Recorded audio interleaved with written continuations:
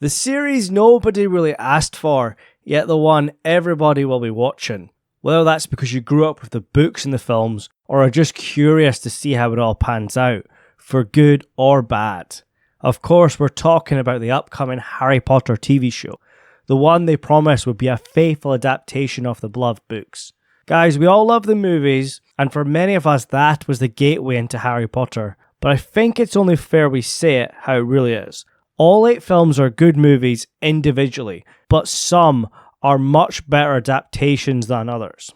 Whether that's because of all the changes to the source material, important characters and plotlines that were cut, or even a complete shift in tone.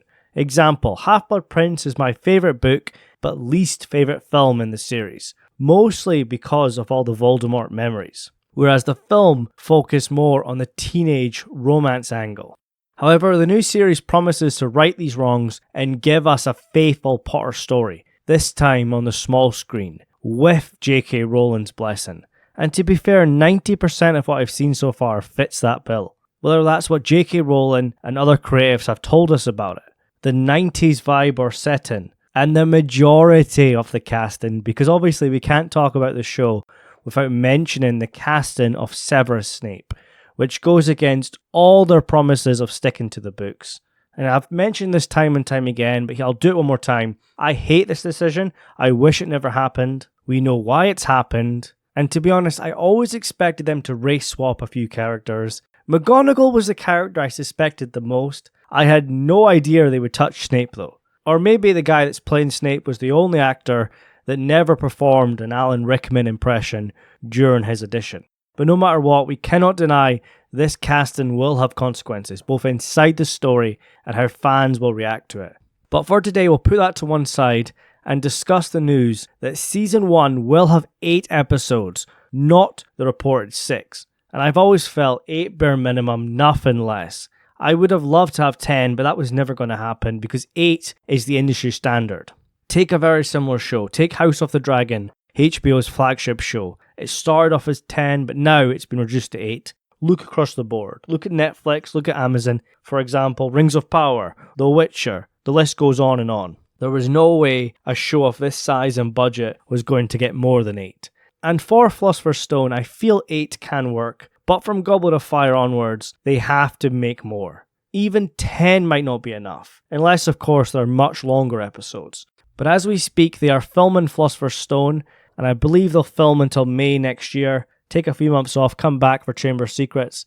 Philosopher's Stone will release early 2027, and if everything goes to plan, we may see Chamber of Secrets in 2028, which I feel is ideal because one of the biggest killers of TV shows is the increasing time it takes between seasons. You used to get your favourite TV show every single year, then it became every other year, and now it's just a roll of the dice when it'll return. And for a show that's core is a very young cast, we have to consider that. So let's break this down. How would I make Philosopher's Stone in 8 episodes? Let's see where we can fit all the important chapters, major parts of the book. But this is just based on my ideas, my logic. This is just a bit of fun. But episode 1 I think is pretty straightforward. Very first chapter, when Vernon Dursley meets all these witches and wizards celebrating Voldemort's downfall, until the very end, when Hagrid arrives on the island to collect Harry. And you could leave that as a cliffhanger. But I also have a feeling we might get a cold opening before the book even starts, on the night at Godric's Hollow. I doubt we'll see Voldemort's face, he'll be cloaked, but I can see them doing some sort of expanded downfall of Voldemort scene. Of course we'll see Hagrid, we might even see Sirius Black and Peter Pettigrew. And what makes me feel this will happen is the fact they've cast Lucius Malfoy and Cornelius Fudge, who don't appear until Chamber of Secrets. And you know how all these modern writers love to over-explain stuff because they don't trust the audience. So I can see that happening. And I'm more than happy for these chronological events to be squeezed in, if it's done right, if it makes sense, and doesn't take away from what's actually written down. But episode 2 will be Harry's visit to Diagon Alley, where he meets Draco Malfoy. Because remember in the books, he meets Draco much earlier. But he also meets Professor Quirrell in the Leaky Cauldron, who at this stage does not have Voldemort on the back of his head, which is very different than the film, so I'll be looking out for that. And I think we'll board the Hogwarts Express. We have to meet Ron and Hermione in the second episode, and it'll likely end with the arrival at Hogwarts.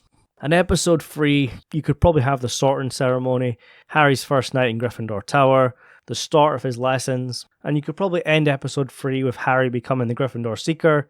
Then for episode 4, I would actually include more lessons, as I feel if you chuck all the lessons into one episode, it's going to be too much.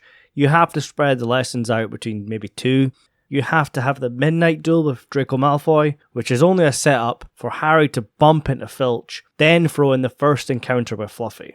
But I feel episode 4's finale will be the troll on Halloween night. That deserves to be the main event of a singular episode, and it'd make for a great mid-season finale. Because I feel episode 5 is the perfect time for the Quidditch match between Gryffindor and Slytherin. And as for the game between Hufflepuff and Ravenclaw, Hufflepuff is a very short game. Harry wants to end it ASAP because Snape is refereeing, and at this point he still thinks Snape was the one who tried to curse his broom, so he ends the game as soon as possible. We could find somewhere to squeeze that in, and of course the Ravenclaw game happens off screen whilst Harry's recovering in the hospital wing. Because 3 matches in 8 episodes is nuts. You can have 1 full-length match, 1 short match, and 1 off-screen. But I feel this episode will end at Christmas time and the Mirror of Erised closing it up. Then episode 6 will likely have learned the truth about Fluffy by now and the Philosopher's Stone, because episode 6 has to be Norbert, the Norwegian Ridgeback, and the Forbidden Forest. Fairly simple, that deserves a full episode itself. There's a lot to work out, and I'm excited to see Neville being part of the crew this time, because remember, Ron does not go with them in the books. And as for episode 7, the penultimate episode, you have to have a big one here. I think it's fairly simple. The Golden Trio go down the trapdoor, face the trials defending the Philosopher's Stone, and unlike the films, it'll include all the defenses. And if you've played any of the video games, you know that includes a second troll and a potion riddle after the chess game. And I do feel the chess match will be the end for this episode. Ron sacrifices himself, Harry and Hermione go on, and then open the finale with the second troll. You don't have to spend too much time on that because we've seen a troll before. Then, of course, the infamous potion riddle, which is my favourite trial. That's another maybe 10 minutes. And then the final showdown with the Man of Two Faces. Then the epilogue.